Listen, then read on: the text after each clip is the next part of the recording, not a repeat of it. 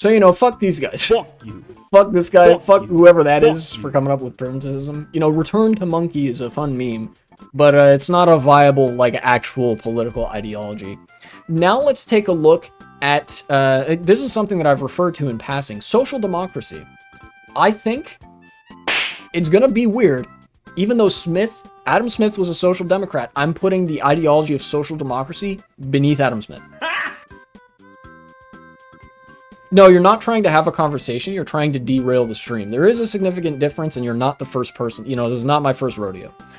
But anyways, I'm putting social democracy down here.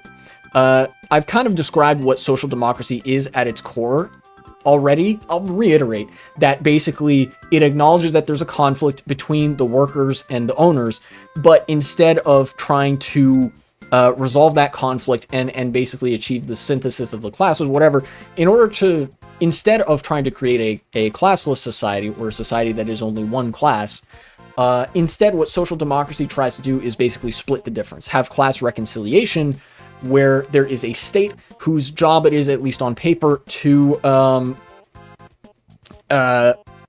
favor the working class over the owning class when disputes may arise, and arise they do.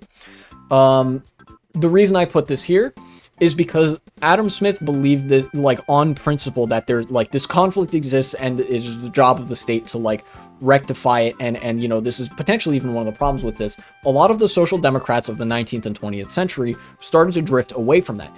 The social democrats of Marx's time became the Clintonites. This is the legacy of social democracy. Failure, abject failure, stagnation, decline. Because they failed. Social democracy had its day. There were some great successes of social democracy, believe you me. FDR, social democrat. Public infrastructure, you know, Public Works Administration, the New Deal, Medicare, Medicaid, so, you know, Lyndon Johnson, also a social democrat. Social Security, the FDIC, all sorts of stuff that guaranteed basically a floor for the standard of living. But the neoliberals started chipping it away.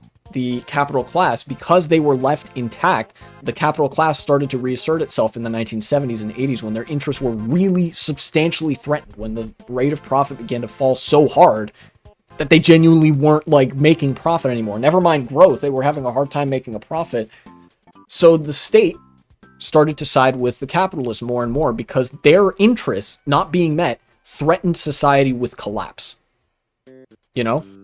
And the only reason that the interests of the capital class not being met threatened society with collapse is because they had so much wealth accumulated in them that they had that power to begin with.